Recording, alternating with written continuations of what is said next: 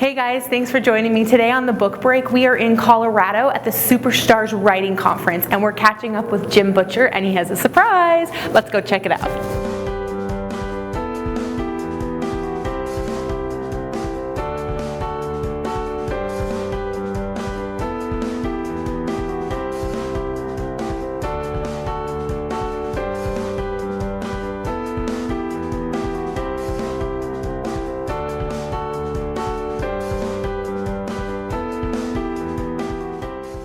Hey Jim! Hey Melissa! How are you? Good to see you. Good to see you too. I'm so excited to catch you here at this conference. Oh, thank you very much. All right, so you have been in the writing business a long time.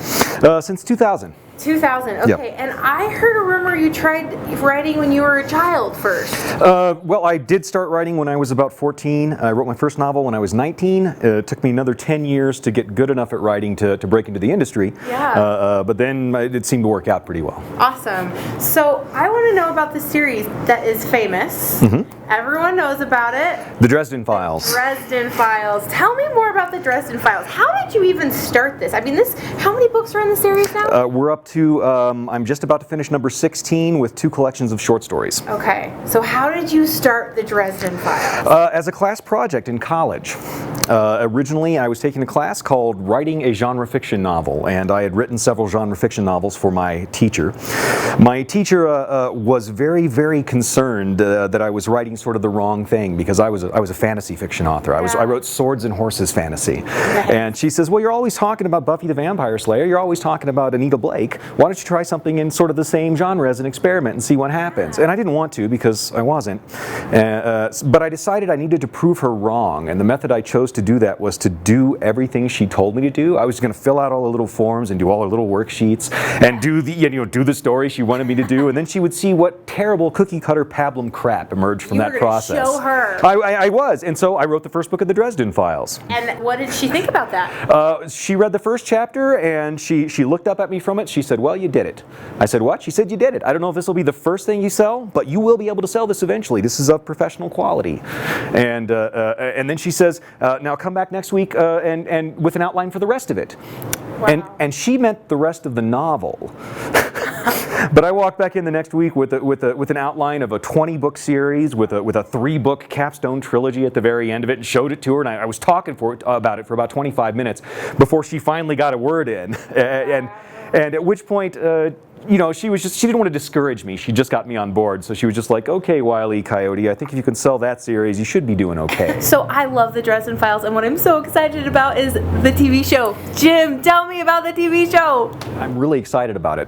There were several studios that were expressing interest in the Dresden Files, and so I got to sit down and meet with a lot of them and figure out who I thought would be the best fit.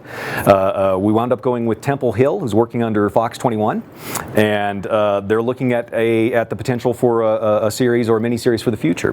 Wow. I'm really excited about it. I mean, they're sort of aiming Games of Thrones-y direction. I think it's epic enough. It can definitely be it. It would be really fun, right? Yeah. How long did it take you from the time you had that idea put together, your outline, your chapter, to the time you actually got it published? Let's see. I started writing it in 1996.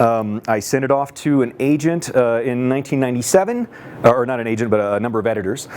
I got no's or no answers for the next 3 years, and then eventually found an editor who liked it. Wow. So did you use an agent, or you sent it to them directly? I sent it to them directly. I did wind up getting an agent for eventually, though, which was the breakthrough moment, because the agent had enough clout to be able to say, hey, you need to look at this guy, and so they did. That's kind of what you have to have if you want to break into the traditional route of publishing. You need an agent now. It does not hurt whatsoever. You don't absolutely need one. If you're a good networker, you can talk to people, meet them at conventions, stuff like that. You don't necessarily have to have one. Yeah. But it's an enormous help. Yeah. And you teach at conventions and conferences. Tell me a little bit more about what you teach. I teach story structure. Essentially, there's this giant collection of tips and tricks and techniques that storytellers have learned over the past several tens of thousands of years, telling stories to other humans. And using these tricks is sort of what enables you to produce good quality fiction in a reasonable amount amount of time and repeatedly. You can do it over and over. Right. So that's, I mean, a lot of times you see authors who have one great big book and then they just sort of fizzle out. It's because they didn't really understand what made that first book a success. Yeah. And that's what the study of craft does. It lets you break down successful books and be able to say, okay, how did the author do this? How did they get the reader involved? How did they get the reader's emotions entangled in the story? So did what you did that your teacher taught you, do you now teach that similar idea? Word for word. Awesome. Yeah, I mean, I tell people to go buy her book. Her name's Debbie Chester. The book is called The Fantasy Fiction Formula. She is the person who taught me everything I know about writing. Wow. That is a great place to begin if you're a new author. Yeah, that's great. So I want to know, with the Dresden Files, you have some more coming up. Tell me about the ones that just came out. The most recent book was a release called Briefcases. It was a collection of short stories, many of which had appeared elsewhere, some of which were completely new to the book. That's going to be followed up by Peace Talks, which is, everybody's always asking me when Peace Talks is going to be done, and I've never given them an official answer, but I'm going to give you an official answer. Oh, so right. it'll be done in the next 4 weeks. Yes, okay. Yeah. So for our viewers who may not know when that is, we're saying it's going to happen in spring 2019. Spring 2019. Okay, that's fantastic. All right, so when you were making the characters for the Dresden Files, where did your main character come from? Tell me about him. I was using the storycraft stuff that my teacher would try to teach me, and I thought it was awfully rigid and awful. But I decided to put together a wizard private investigator. So essentially what I did was I went and rounded up a bunch of my favorite wizards and a bunch of my favorite private investigators, and then I just dismembered them all and sewed them back together into Harry Dresden. That's perfect. Yeah. So I mean, he's got bits of Gandalf and Spencer and Merlin and Travis McGee and all these other characters. Yeah. The Pulp Fiction detectives especially that I love, and so that's where it came from, and it felt awfully clunky when I first started putting it together, but it's worked out. My teacher was right. I hate saying teachers. All right, that's so funny. Okay, so one thing that I've read about you is you like to participate in what's called LARP. Yes. Okay, Indeed. so for those that don't know what LARPing is, please, Jim, tell us what is LARPing. LARPing is when you get dressed up and go run around with your family and friends in the woods for a weekend in wild costumes and hit each other with swords made out of plumbing supplies. Now, does that hurt? No, they're Nerf swords. It's not a big deal. Okay, Nerf swords, not like actual PVC pipe. No, well, the PVC pipe's in the middle, and then you have pipe insulation around that, Okay. and then you don't get hurt when you get hit with it.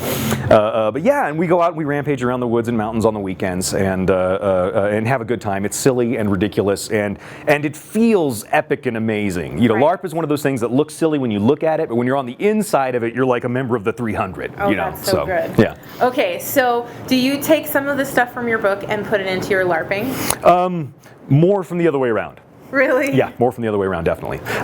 Mostly what I do is when I would go out and LARP, I'll be able to take experiences from that and bring them into the book. Yeah. I know what it's like to be waiting crouched in brush in a trail at 5:30 in the morning with snow coming down and frost on the ground, waiting for a group of goblins to come along so you can ambush them. Right. I mean, that's fun. How often do you get to do that in the real world? Very seldom. I feel like I need to come and play and come do LARPing with you. It is a lot of fun. Okay. It is a ton of fun. So we need to tell our viewers where they can find. Now, do you have a jimbutcher.com? You can go to Jim Butcher Online. Jim Butcher Online. And find all the information and upcoming stuff about upcoming releases and book order and so on there. Okay. I'm also on social media? I am. I'm on Twitter as Longshot Author,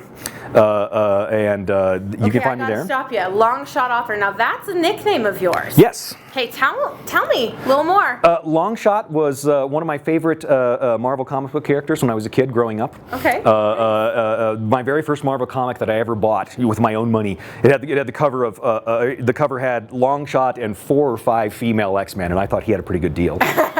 But he was good odds at least. He was a good character. He was all about being motivated and pure of heart, and I kind of admired him. And so that was kind of that was my handle when we started playing laser tag, and then when the online world happened, you needed handles there, so I kept it. Longshot your handle on Twitter. Yes. And are you on Facebook?